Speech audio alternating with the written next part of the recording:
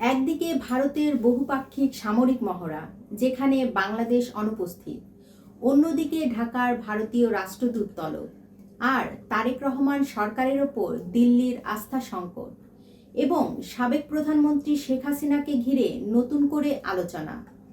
এই জটিল বাস্তবতার আড়ালে কৌশল কতটা গভীর? আর সামনে কোন দিকে যাচ্ছে ঢাকা দিল্লির সম্পর্ক? এই সব গুরুত্বপূর্ণ ইস্যু নিয়ে সরাসরি কথা বলবো।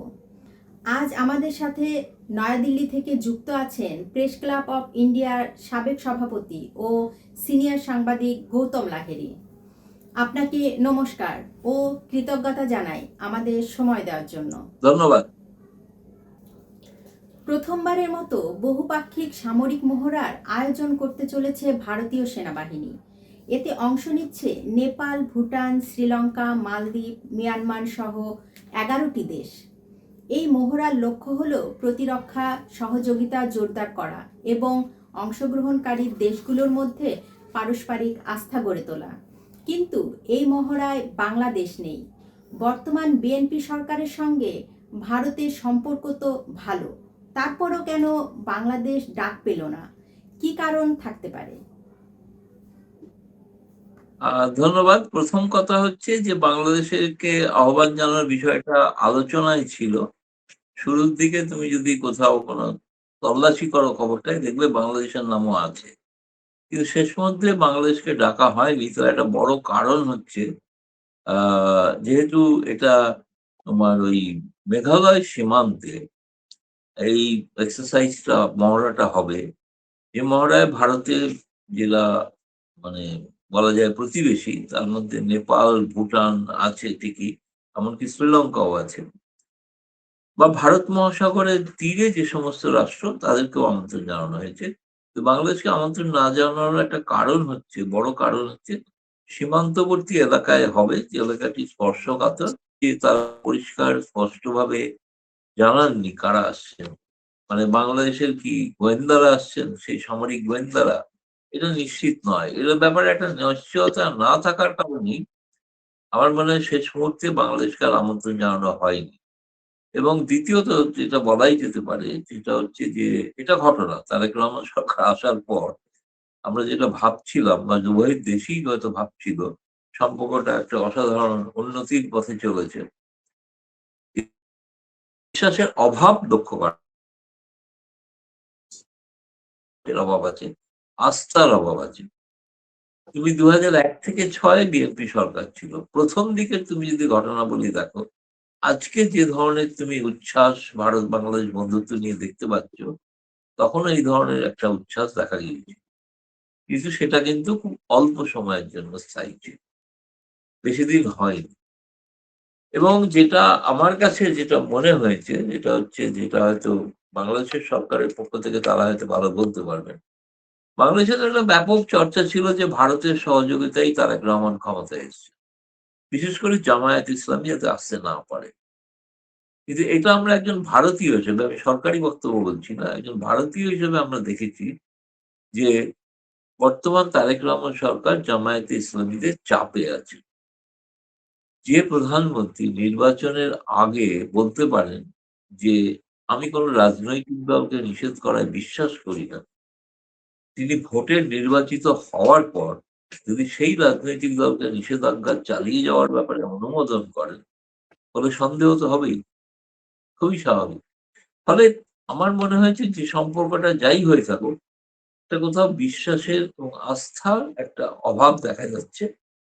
এবং এই বিশ্বাসের আস্থার অভাবের কারণে এরকম একটা সামরিক মহড়ায়, যেটার প্রথমত যেটা ভারতের অ্যাক্টিস্ট পলিসি বলা হয়, অর্থাৎ যেখানে সমস্ত দেশের মধ্যে একটা সহযোগিতা, সামরিক সহযোগিতা, কোথাও একটা বাংলাদেশ সম্পর্কে বিশ্বাসটা এখনো ভারতের দৃঢ় নয়। সেটাই একমাত্র তার এটারই প্রমাণ, যে কারণে হয়তো বাংলাদেশ আমন্ত্রিত নয়। আর অন্য কারণ আমি যেটা আগেই বলেছি, সেটা হচ্ছে বাংলাদেশ নির্দিষ্টভাবে জানাননি তাদের টিমে কারা কারা আছে।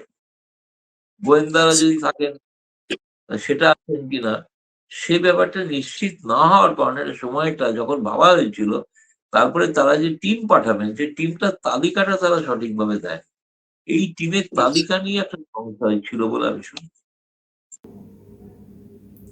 আপনি আস্থার সংকটের কথা বলছেন। বিএনপি সরকারের ২ মাসেই কেন আস্থার সংকট দেখছে ভারত? এই আস্থার সংকটের কারণে কি আসামের মুখ্যমন্ত্রী হিমন্ত বিশ্ব শর্মার এক মন্তব্যের জেরে ঢাকার ভারতীয় দূতকে তলব করেছে বাংলাদেশে? ইউনূস সরকারের সময়ও এমনটি দেখা গিয়েছিল।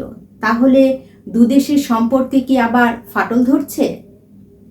না, আমি ফাটলের দিকে যাচ্ছে এরকম কোনো মন্তব্য করতে চাই না। কিন্তু যেটা আমি বলেছি যে ভারতের যে আশা বা আকাঙ্ক্ষা সেটা সম্পর্কে আমার মনে হয় তারেক রহমান সরকার সম্পূর্ণ যেকোনো চাপের মুখেই হোক, চাপেই পড়েছেন আমার মনে হয়েছে। সেই চাপটা হচ্ছে চরমপন্থীদের চাপ।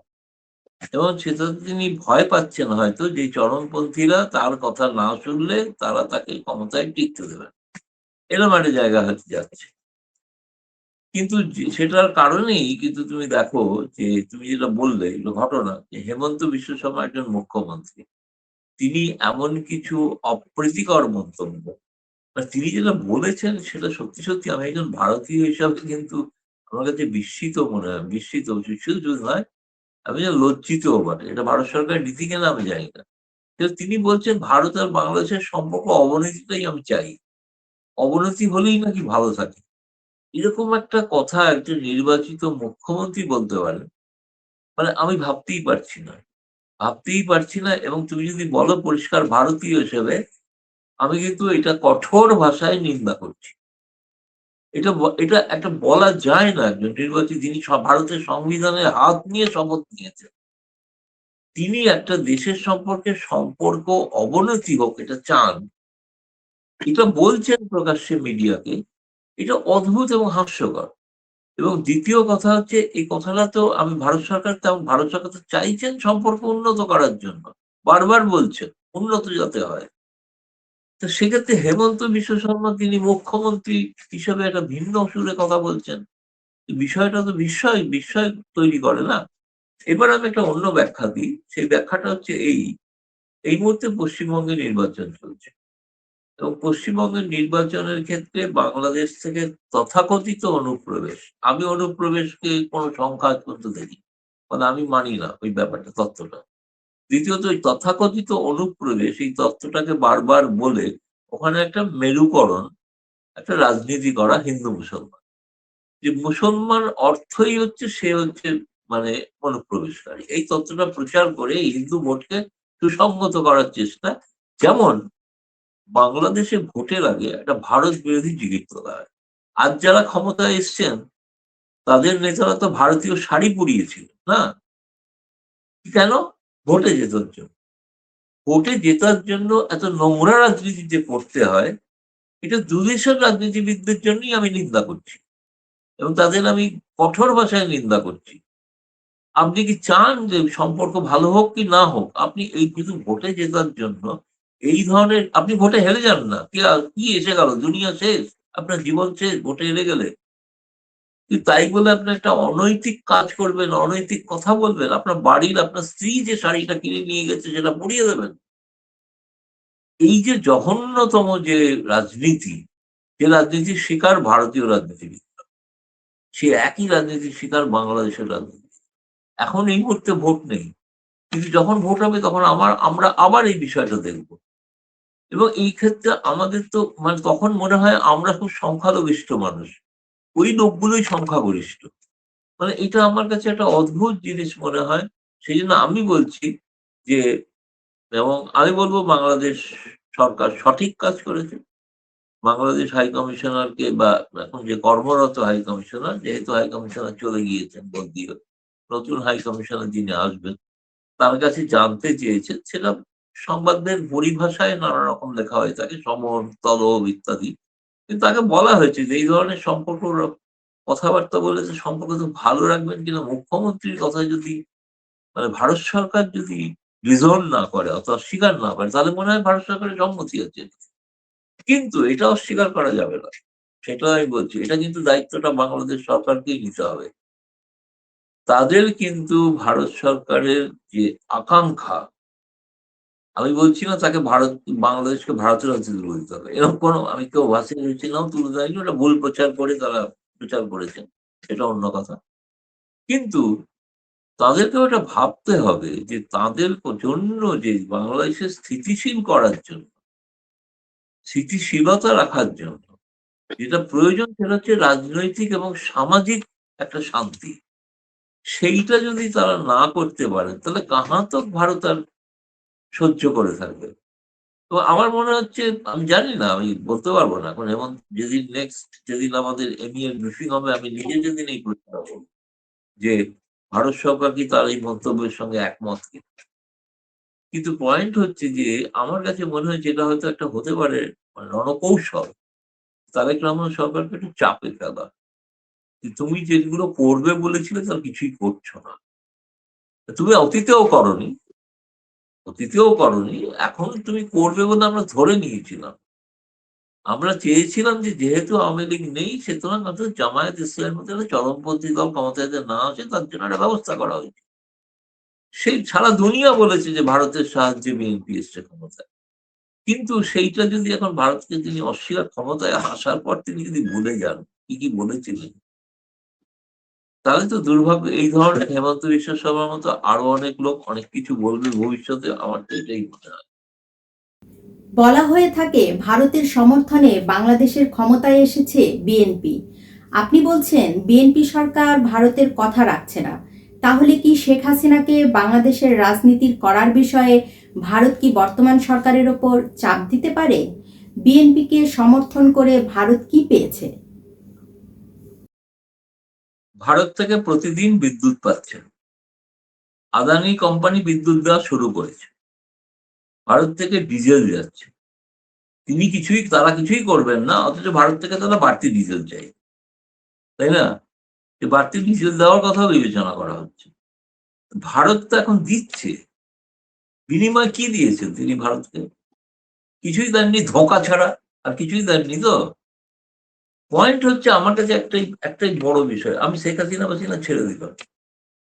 পয়েন্ট হচ্ছে যে কেউ বলেনি যে শেখ হাসিনা বা আওয়ামী লীগ নেতা তাদের বিরুদ্ধে সমস্ত মামলা তুলে নিয়ে তাদেরকে মহা আনন্দে রাজনীতি করতে দিন, এরকম কোনো কথা না। রাজনৈতিক একটা দলের নিষেধাজ্ঞা কেন প্রত্যাহারিত হবে না, এটাই তো প্রশ্ন, যেটা তিনি বলেছিলেন আর অন্য কেউ বলেননি, তিনি বলেছিলেন। সেটা তার আমি বলছি না যে তার যদি কোনো অপরাধ থাকে তার বিচার হোক, এবং শেখ হাসিনা নিজে বলেছেন আমি বিচারের সম্মুখীন হব, এবং যদি ন্যায্য বিচার হয় তাকে যদি আত্মপক্ষ সমর্থনের সুযোগ দেওয়া হয়। তৃতীয় কথা, আমি যেটা বলছি, বাংলাদেশের যে পরিস্থিতিটা আমরা ভেবেছিলাম ইউনূস সাহেব করে যে মব সন্ত্রাস চলে যাবে, মব সন্ত্রাস যায়নি। বাংলাদেশে একজন তিনি জঙ্গিবাদের উত্থান, জঙ্গিবাদের অর্থনীতির উপরে বই লিখেছিলেন ঢাকা বিশ্ববিদ্যালয়ের অধ্যাপক। তাকে একটা অন্য দুর্নীতির মামলায় জোর করে গ্রেপ্তার করে রাখা হয়েছে, ৯ মাস ধরে জেলে আছে, বর্ষিয়ান একজন অধ্যাপক, এবং তার বহু ছাত্রছাত্রী আছেন বাংলাদেশে।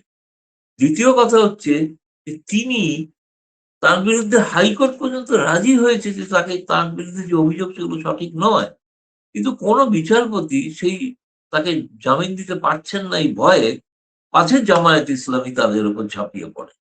এই তো বাংলাদেশের গণতন্ত্র, আমাদের শেখাচ্ছেন গণতন্ত্র, বিচার ব্যবস্থা। লজ্জা করেন আবার, গোটা দেশের বিশ্বের কাছে কলম।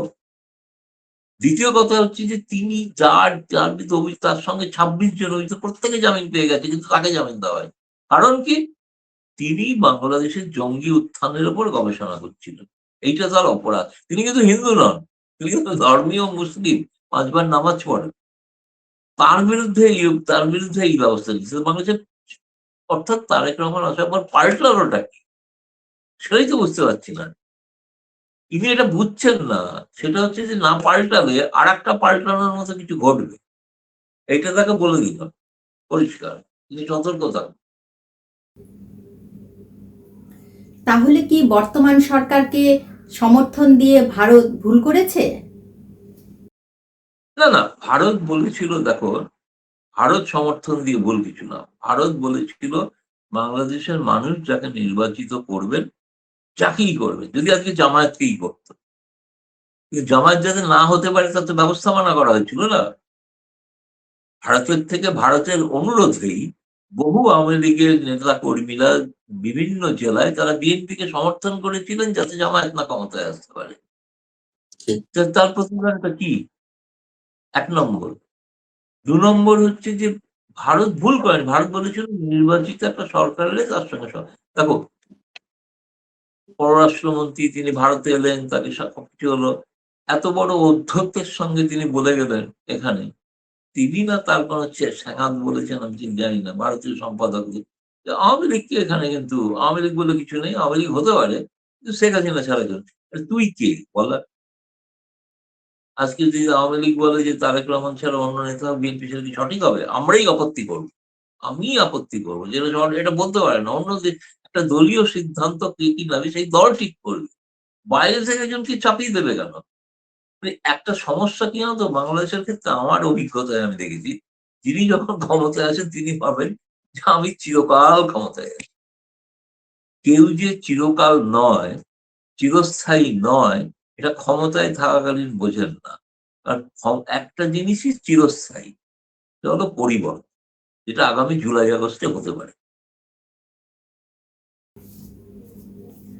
দাদা, আপনি কেন এই ইঙ্গিত দিলেন যদি বিস্তারিত বলেন?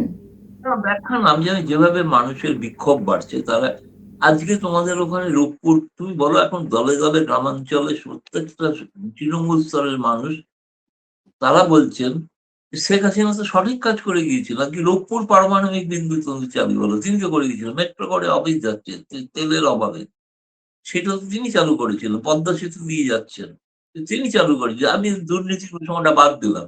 ঠিক আছে, যে কোনো সরকারি প্রকল্পে কিছু দুর্নীতি হয়ে থাকতেই পারে, এটা ঘটনা। কিন্তু কাজগুলো তো হয়েছে, পরিকাঠামোটা তো তৈরি হয়েছিল। মানুষ ভাবছে, সেটা মানুষ তো দেখছে তারা, তাই না? সেটা তো একটা জিনিস। সেই কারণে কিন্তু এই মানুষরাই কিন্তু তারা যেভাবে শেখ হাসিনার বিরুদ্ধে বিদ্রোহ করেছিল, একইভাবে যেকোনো সরকারের বিরুদ্ধে বিদ্রোহ করতেই পারে। আমার কাছে মনে হচ্ছে সেটা খুব বেশি দিন আর নয়। এবং সেটা হতেই পারে, যে কারণে তারা কিছুতেই আওয়ামী লীগের উপর নিষেধাজ্ঞা তুলতে চাইছেন না। এটা একটা বড় কারণ বলেই আমার মনে হচ্ছে। ৫ আগস্টের মতো আবার কিছু ঘটতে যাচ্ছে? না, আমি দেখো সময় আমি ভবিষ্যৎবাণী করতে পারি না, আমি জ্যোতিষী নই।